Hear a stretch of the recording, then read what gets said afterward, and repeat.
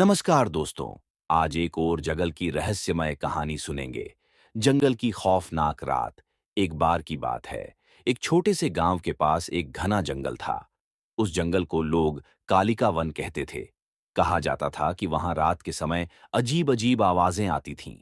गांव वाले बताते थे कि जंगल में एक बूढ़ी औरत की आत्मा भटकती है, जो अपनी खोई हुई संतान को ढूंढ रही है। एक रात चार दोस्त, रोहन, अमित, सीमा और निखिल गांव घूमने आए। गांव वालों ने उन्हें जंगल में जाने से मना किया, लेकिन दोस्तों ने इसे मजाक समझा। वे रोमांच के लिए जंगल के भीतर चले गए। जैसे जैसे वे जंगल के अंदर जाते गए, चारों के दिलों में अजीब सी घबराहट होने लगी। पेड़ों के पत्तों से सरसराहट की आवाज, दूर कहीं उल्लू का बोलना और ठंडी हवा का झोंका उन्हें डराने लगा। चलते चलते रात का अंधेरा घना हो गया। तभी सीमा ने देखा कि एक सफेद साड़ी पहने बूढ़ी औरत दूर खड़ी थी। वह चुपचाप उनकी ओर देख रही थी। कौन है ये? सीमा ने कांपते हुए पूछा। अरे कोई मजाक कर रहा होगा, निखिल ने कहा। लेकिन जैसे ही उन्होंने आगे बढ़ने की कोशिश की, वह औरत हवा में गायब हो गई। अब दोस्तों को समझ में आ गया कि कुछ सही नहीं है। अचानक पेड़ों के पीछे से वही औरत प्रकट हुई और डरावनी आवाज में बोली, तुम यहां क्यों आए हो? उसकी आंखें जलती हुई अंगारे जैसी थीं। दोस्तों ने डर के मारे भागने की कोशिश की, लेकिन जंगल का रास्ता जैसे और उलझता जा रहा था। एक एक करके सभी दोस्त अलग अलग दिशा में बंट गए। अगले दिन गांव वाले उन्हें ढूंढने निकले, लेकिन किसी का कोई पता नहीं चला।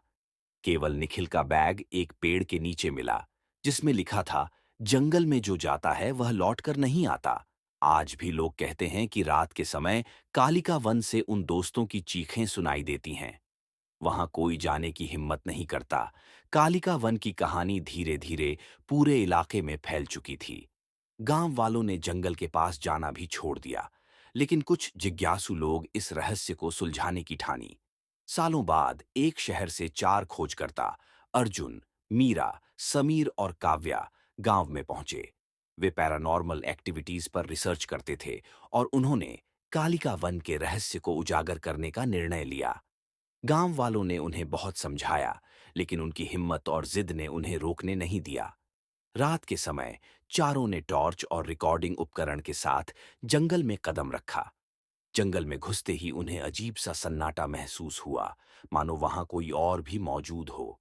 अर्जुन ने उपकरण चालू कर दिए और माहौल को रिकॉर्ड करने लगा। अचानक मीरा को लगा कि कोई उसके कंधे पर हाथ रख रहा है। उसने मुड़कर देखा, लेकिन वहां कोई नहीं था। शायद यह हमारा भ्रम है, समीर ने कहा, लेकिन उसकी आवाज में घबराहट साफ झलक रही थी। जंगल के भीतर बढ़ते ही चारों को अजीब अजीब आवाजें सुनाई देने लगीं। किसी के रोने की आवाज, किसी के चलने की आहट। तभी काव्या ने देखा कि कुछ दूर पर वही सफेद साड़ी वाली औरत खड़ी थी। वह इस बार धीरे धीरे उनकी तरफ बढ़ रही थी। मीरा ने हिम्मत जुटाकर उससे पूछा, तुम कौन हो? हमें डराना बंद करो। लेकिन औरत ने कुछ नहीं कहा। वह अचानक हवा में गायब हो गई। चारों ने भागने की कोशिश की, लेकिन जैसे ही उन्होंने जंगल से बाहर निकलने का रास्ता ढूंढा, वे बार बार उसी जगह वापस आ जाते। अर्जुन ने महसूस किया कि उनकी घड़ी की सुइयां उल्टी दिशा में घूम रही थीं। ये कोई साधारण जगह नहीं है, अर्जुन बोला। यहाँ समय और जगह दोनों फंस गए हैं। अचानक चारों को चार अलग अलग दिशाओं से बच्चों की रोने की आवाजें सुनाई दीं। उन आवाजों का पीछा करते हुए वे अलग अलग हो गए।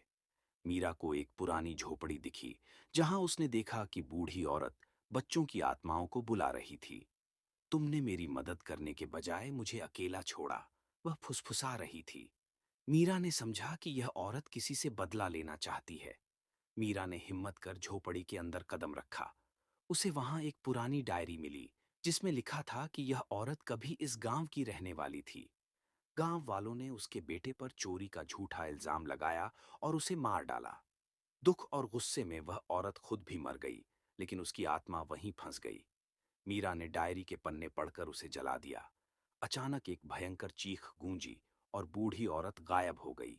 अर्जुन, समीर और काव्या, जो अलग अलग जगह पर फंसे थे, एक झटके में मीरा के पास पहुंच गए। जंगल का माहौल अब शांत हो चुका था। चारों किसी तरह सुबह होने से पहले गांव लौट आए। गांव वालों ने जब यह कहानी सुनी तो उन्होंने जंगल में एक मंदिर बनवाया। लेकिन कहा जाता है कि कुछ लोग अब भी जंगल में अजीब आवाजें सुनते हैं। शायद वह औरत पूरी तरह मुक्त नहीं हुई थी। और नमस्कार दोस्तों, वीडियो को लाइक और चैनल को सब्सक्राइब करना मत भूल जाना।